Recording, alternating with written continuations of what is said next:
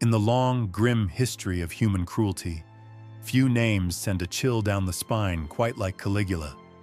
This wasn't just a bad ruler. This was a man who took the most powerful empire in the world and twisted it into a personal playground of blood, madness, and divine delusion. What you're about to hear isn't just a biography. It's a nightmare in historical form, a terrifying look at what happens when one man holds absolute power and loses all sense of humanity. Caligula's story isn't just shocking. It's the kind of tale that ancient historians only whispered, afraid that even saying his name might somehow summon him back. It all began in 37 AD. That's when Gaius Julius Caesar Augustus Germanicus, better known to history as Caligula, became emperor of Rome. He was only 24. Young, charming, and born into the most elite bloodline the empire had ever seen. At that moment, no one could have guessed that in just 4 short years, Rome would be dragged into a reign of chaos so grotesque, it would leave even gladiator-hardened citizens horrified. To be clear, Rome was no stranger to brutality. Crucifixions, public executions, battles to the death, this was all standard fare. But what Caligula unleashed went far beyond anything the empire had ever seen. It was a new kind of cruelty, theatrical, personal, and disturbingly gleeful. Most of what we know about Caligula comes from ancient historians like Suetonius, Tacitus, and Cassius Dio. These weren't just chroniclers. They were witnesses, or close to those who were. They risked their lives writing down these stories, so the future would never forget just how quickly civilization can rot from the inside when power goes unchecked.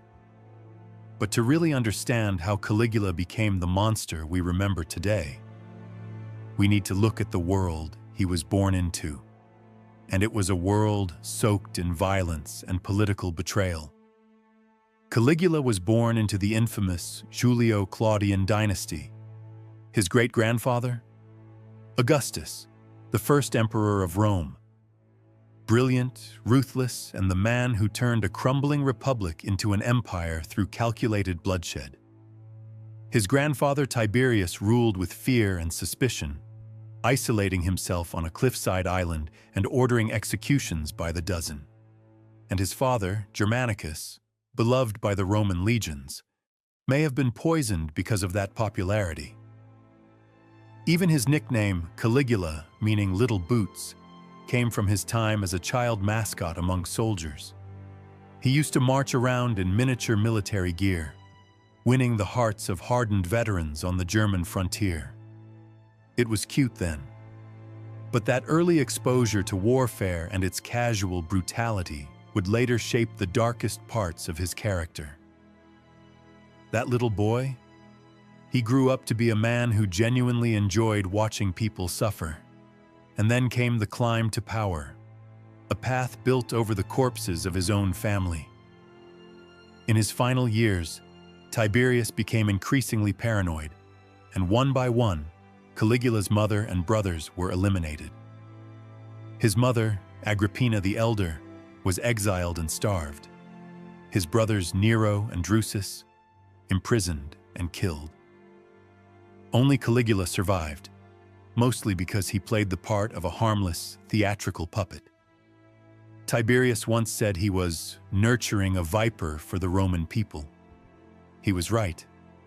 When Tiberius died in 37 AD, some say Caligula helped smother him to death.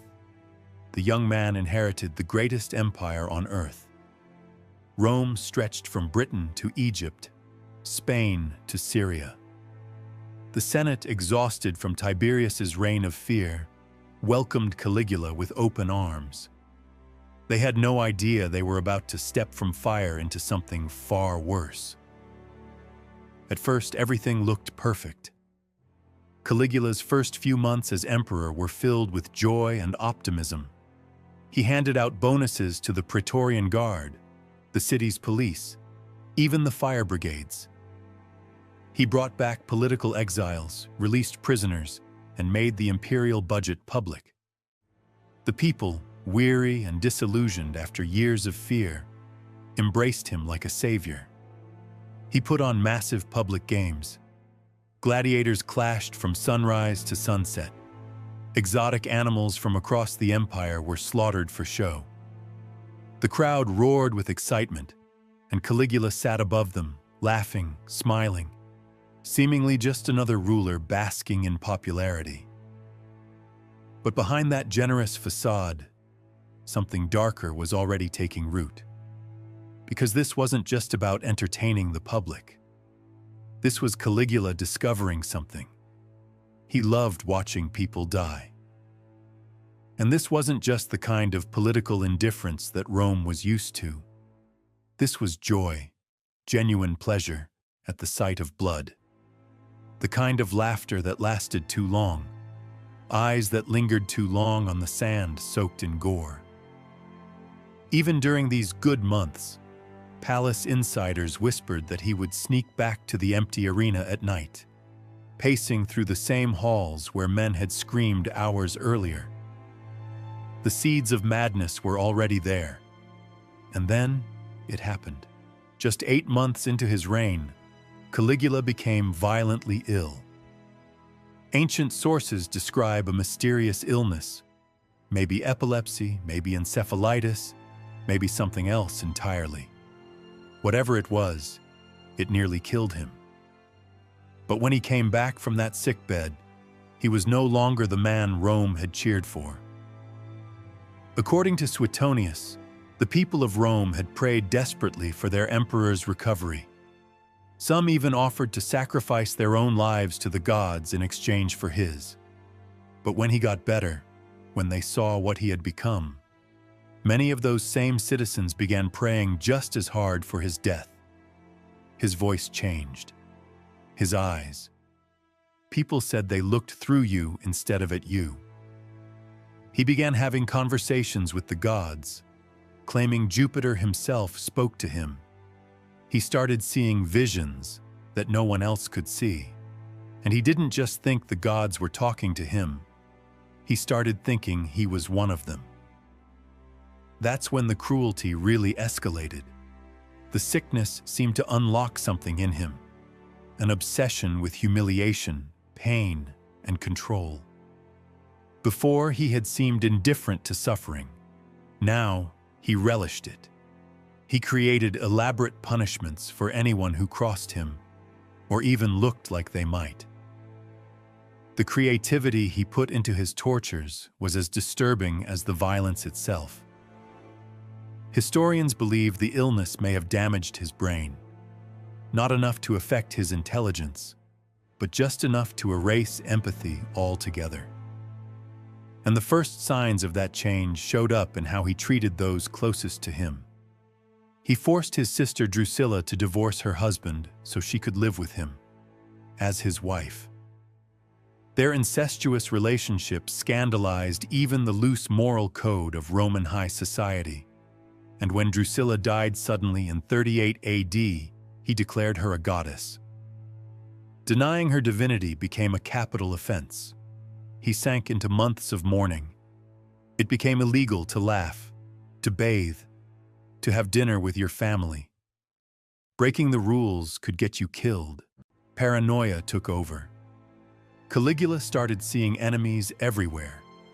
He forced a respected senator, Marcus Junius Silanus, to commit suicide simply because he had a dream that Silanus looked threatening. That became the new standard.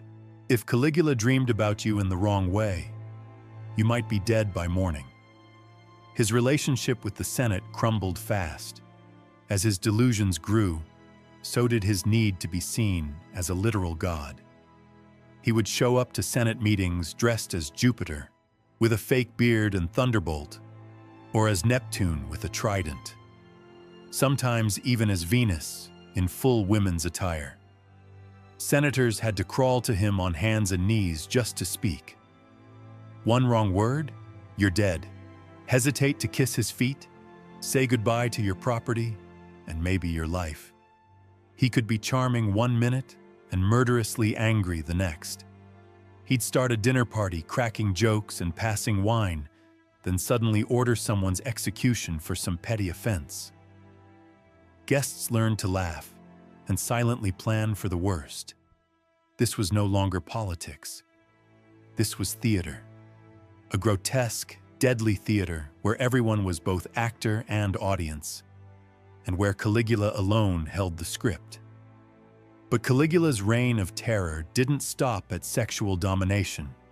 His cruelty found new and increasingly grotesque outlets, ones that blurred the line between sadism and spectacle. In one infamous episode, he ordered hundreds of people thrown into the arena, not criminals, not soldiers, but ordinary citizens. Their only crime?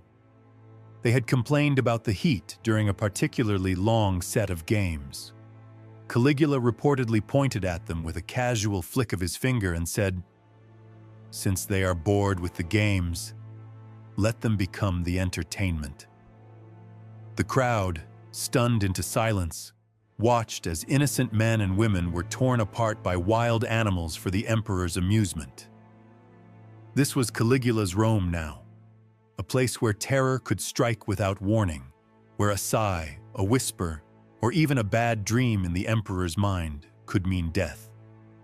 No law restrained him. No one dared intervene. The Senate, once a proud governing body, was reduced to trembling sycophants, applauding even as their colleagues disappeared one by one. Caligula delighted in reminding Rome that their lives and their deaths were in his hands. He built a bridge of ships across the Bay of Baiae, stretching over 2 miles, simply so he could ride his horse across it dressed as a god.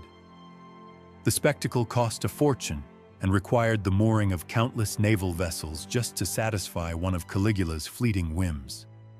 And when the public mocked the extravagance, he retaliated with mass executions, claiming the critics had offended the gods. Caligula began elevating his horse, Incitatus, to a level of absurd prominence. The animal was gifted a marble stable, adorned with jeweled collars, and fed oats mixed with gold flakes. But this wasn't just eccentricity. It was a deliberate insult to Rome's ruling class. Caligula once joked he would make the horse a consul, the highest elected office in Rome. Whether he meant it or not didn't matter. The message was clear.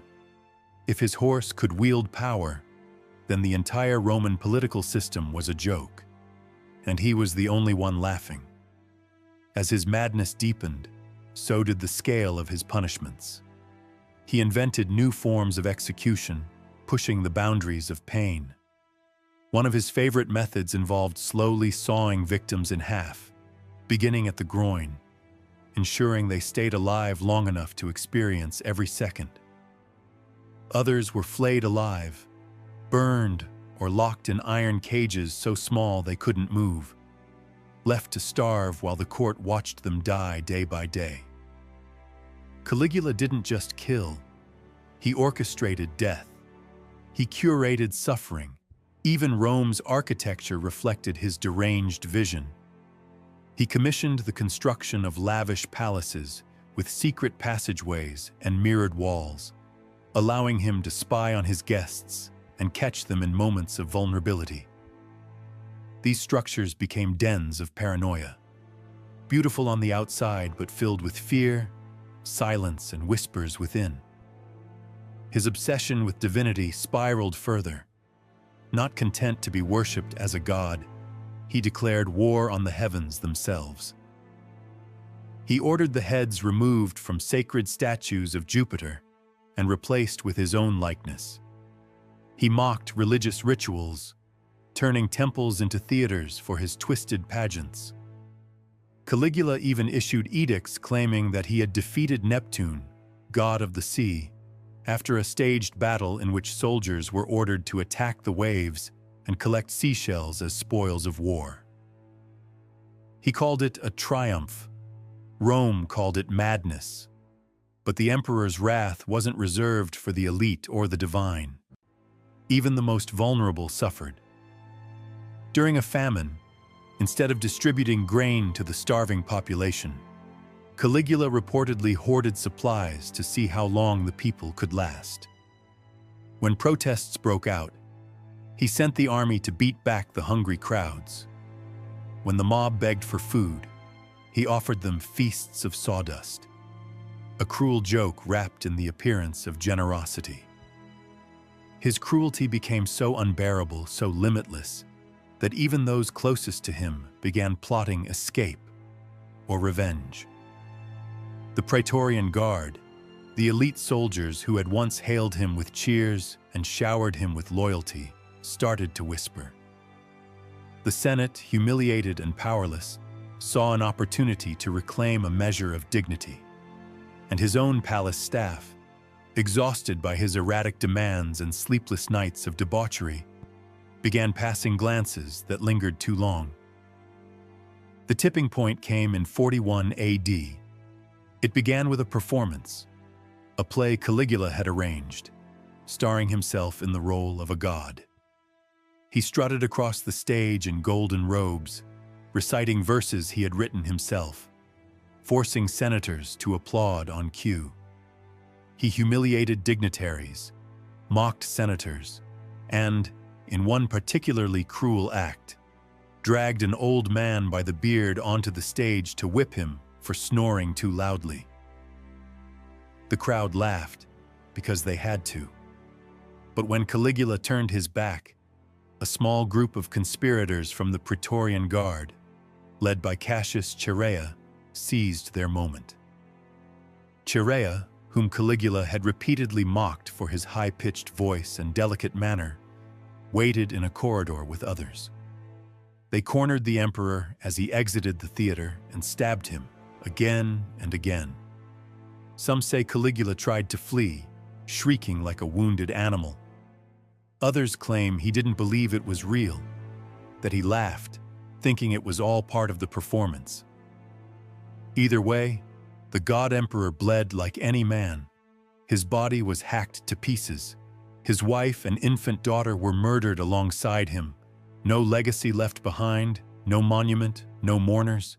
His palace was looted, his statues smashed, and his name scratched from public records in what the Romans called damnatio memoriae, the condemnation of memory. Rome tried to forget him. But how do you forget a man who made suffering an art form? Caligula wasn't just a madman. He was a mirror, one held up to the Roman Empire at the height of its decadence and corruption. He showed the world what happens when unchecked power meets a broken mind. His reign, though brief, left scars that never truly healed. And even today, almost 2,000 years later, his name remains a byword for cruelty, depravity, and the terrifying cost of imperial excess. After Caligula's assassination, Rome exhaled for a moment. But the chaos didn't end with his death. In fact, his murder left a dangerous power vacuum. The Senate hoped to restore the Republic, dreaming of a return to the old ways, where elected officials held sway and emperors were a temporary nightmare. But the Praetorian Guard had other ideas.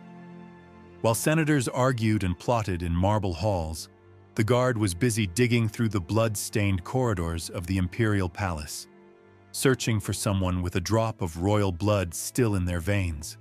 And they found him, Claudius, Caligula's uncle, a scholar, a stammerer, and someone most had dismissed as a harmless fool.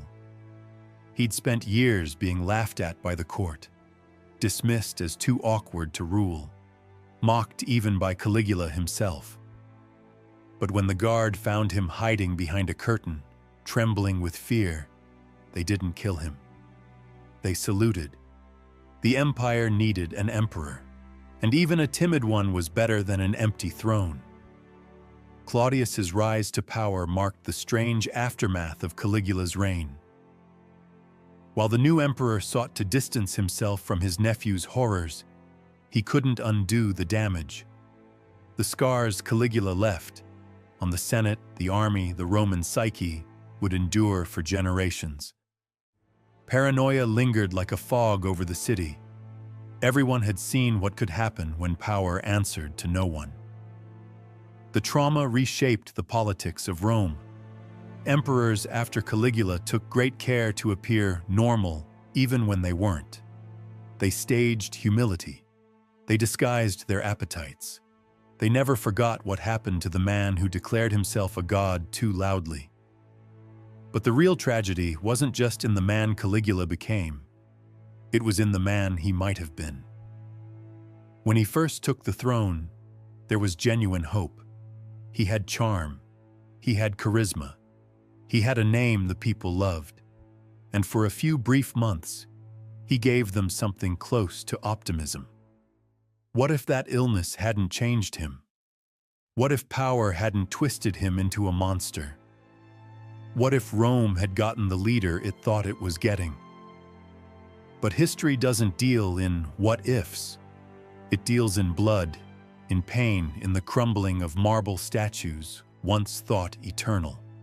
Ancient historians tried to make sense of Caligula's descent into madness.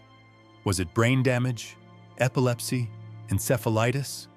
Or was it simply the result of a boy raised in a crucible of betrayal, loss, and unchecked violence, who learned early that to survive, you had to become more terrifying than anyone else?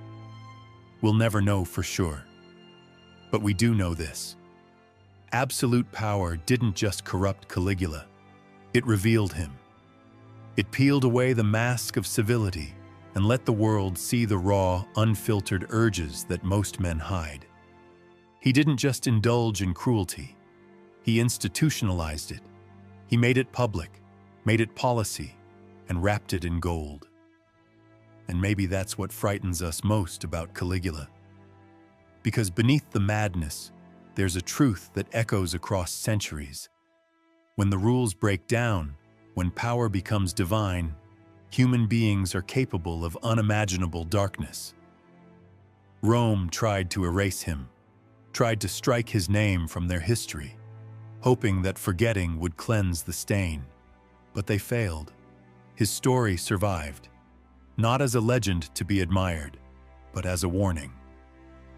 Today, we still whisper his name when we speak of tyranny. We study his life not because we're fascinated by gore, but because we recognize something terrifyingly human in his fall. Caligula reminds us that even the most advanced civilizations can rot from the inside out, that cruelty can wear a crown, that madness can speak in the language of gods, and that the line between ruler and monster is always thinner than we want to believe. He reigned for just 4 years, but his shadow still stretches across time. This is the story of the emperor who made Rome bleed, who turned suffering into spectacle, and whose descent into madness left behind one of the darkest legacies in human history. This was Caligula.